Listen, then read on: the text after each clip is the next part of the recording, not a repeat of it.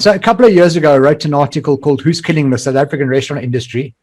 And it's probably never been more relevant than it is right now. And in it, I listed culprits like we were playing Cluedo. So I'm going to run through them quickly, and then I'll get back to each one of them.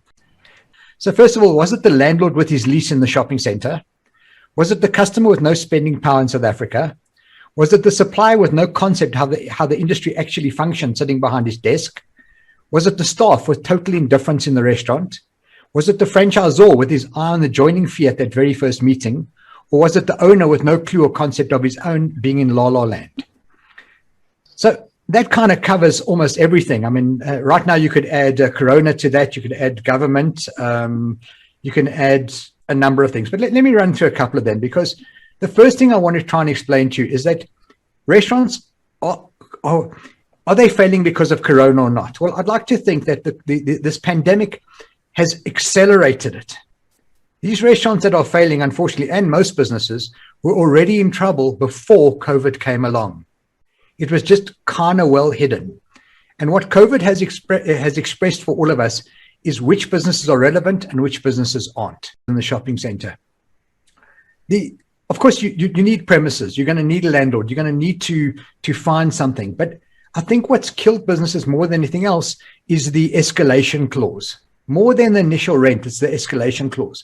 When people do their calculations up front and they say, great, this is about 9.5% of my turnover, I can manage with this. What they don't take into account is that little number they sign there that says 10, 11 or 12% increase, when businesses over the last 5 years, and particularly restaurants, very few have achieved any kind of double-digit growth. So what's happening is that lease is just cutting into your profitability every single year, deeper and deeper and deeper. And with that, besides that, also your occupation costs have gone through the roof, and so have your staffing costs. The second culprit, I always said, is the customer themselves with no spending power. Right now, customers are expecting much more for their money than they ever have before. They feel like I have a limited amount of money, and they're not wrong. When I go to the restaurant, when I go to the business, I want better service. I want a better deal.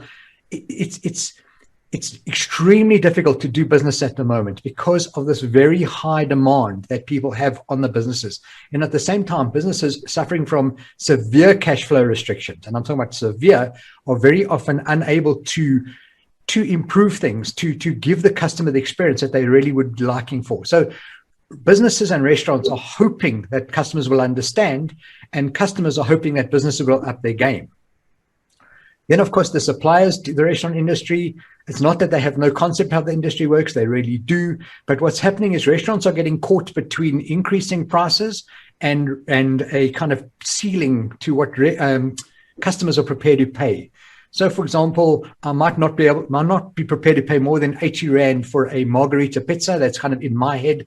That's my ceiling. But at the same time, the cost of flour, the cost of electricity, the cost of the tomato paste, the cost of the packaging, all that's going up. And the business is being squeezed between these increasing costs and a decreasing market at the moment. What about the staff? Well, unfortunately, we are struggling at the moment with staff. And I think a lot of that, I need to point my finger straight at the restaurant owner or the business owner, because very often I say to them, you need to do more training. And the first thing they say to me is, but Mike, what if I go to all that trouble and all that expense to train my staff and they decide to leave? And I always say to them, well, what if you don't train them and God forbid they decide to stay? We are putting our most valuable asset, that is our customer, very often in the hands of our lowest trained, least cared for staff member, our frontline staff. And Disney have a wonderful expression. They say your frontline equals your bottom line. I know that if I go into business, I'm no accountant. I'm not Willem. And by the way, please send my regards to George. I had a restaurant in George and in Wilderness. Spent a lot of years there. Understand exactly what you're saying about the weather there. If you don't like the weather in George, just wait 5 minutes.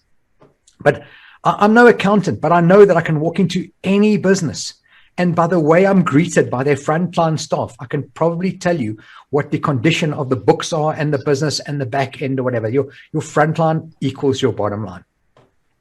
Then, of course, there is the franchisor and his eye on the joining fee. And I know that I'm speaking to a group of franchisors here and potential franchisees, and this is where I might tread on a few toes. But I've watched too many franchisors sign up franchisees that should never have been signed up in the first place. They didn't have the financial capital. They didn't have the business know-how. They didn't fit the model. It was just to increase the footprint. This idea that we need to increase our footprint so fast that it really does take a toll on the franchise. Now, one of the things that I've noticed over the last, and I was the marketing manager for Mugg & Bean. I spent a lot of time in franchising. I've shared a platform with Eric many times and spoken at FASA conferences. There is something quite remarkable about the number 60. So many franchises in South Africa seem to have reached somewhere around that number, somewhere around that magic number of 60. And from that moment, they either go backwards severely or they go forwards. And there are so many examples of these things. So what actually happens, I believe, is that round about that number, professional management is needed. That's when it no longer can be a mom and pop store. Very often the founder has to step back at that stage and bring in professional management. So certainly franchisors, I spent I spent a couple of hours on the phone call to a franchisee in Durban, just complaining to me and then asking me for assistance. And I'm sitting there thinking, I shouldn't be charging him for what I'm about to do, because his franchisor should be delivering that for him. But this is not a generalization about all franchisors. There are amazing people doing amazing work out there. But please make sure you're on that side of the scale and not on the other one. And then finally, the last person who really is killing the business themselves is the owner himself.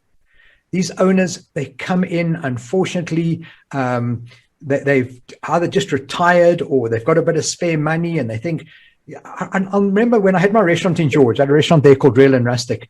Customers would come in and they'd call me over to the table and say, oh, what love the evening. One day when I retire, I'm going to own a restaurant. And I'm sitting there thinking, one day when I retire, I'm not even going to eat in a restaurant. I'm not going to near one ever again. I never want to see one. Restaurants they're like mini factories. A restaurant takes raw product and turns it into finished goods faster than any factory. And then on top of it, we then have to serve it to our customers who try our product in front of us. They don't take it home. They don't relax. It's not a fridge. They have to unbox it. And what's happening at the table is this combination of cash, alcohol, and ego at the same time. These three things are like, this is dangerous. This stuff just shouldn't mix together. And there it does at the restaurant table. So between the landlord, the customer, the supplier, the staff, the franchisor, and the owner, it's extremely difficult. But there are restaurants getting it right at the moment. And it comes down to a very clear understanding that restaurants are made up of three very distinct portions: commerce, art, and passion. Commerce is understanding the financial side of the business.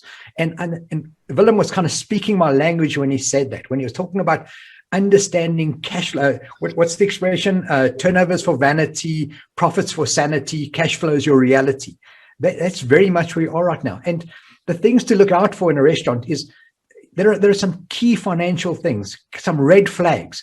Absence of a well-organized and implemented accounting system is a huge red flag. Key operating expenses too high relative to gross sales. Big red flag. Menu items not accurately documented, costed, and updated. Another one. Food and beverage inventory levels way too high. There are so many of these red flags. Probably a really big one is daily and financial operating data not collected, reviewed, and acted upon. That's a massive one.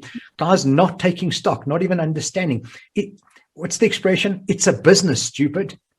And every business is like that. So there are restaurants doing extremely well at the moment, even under these circumstances. The takeaway businesses were perfectly primed for this. Bigger restaurants are definitely struggling at the moment. They need your assistance. They need your guidance. They just need your support. They need to know that you're there more than anything else. I believe this will turn. It's going to be with us for a while. I do not believe for 1 second that Monday, level 4 is suddenly going to become level 2 again. I believe it's going to be extended. And that's going to put adverse pressure on restaurants. I also believe that the Delta variant, or the third wave, is not the last wave. And speaking of the waves, when we went through that first wave, I really felt like I was living through some kind of adventure. By the time the second wave came along, I believe I was living through some major inconvenience. But this third wave has made me very aware that I am living through a pandemic. There are people in hospital that I know. There are people that have died that I know. This is pretty serious. And do I think it's suddenly going to go away at the end of this one? No, it's not. So what business owners should be doing right now is really looking at how they can plan for the future. And that future, unfortunately, includes more of these lockdowns and more pandemic. It's not all bleak out there. There are guys doing incredible work, using social media properly, getting their financials right, everything like that. It's not, the industry is not dying, but there are unfortunately restaurants that are dying at the moment. And I spend a lot of time making videos, posting them on Facebook, on LinkedIn, free of charge, just little hints and tips, doing my best, whatever I can to keep people motivated, to keep their heads up and prepare for the future. Thank you.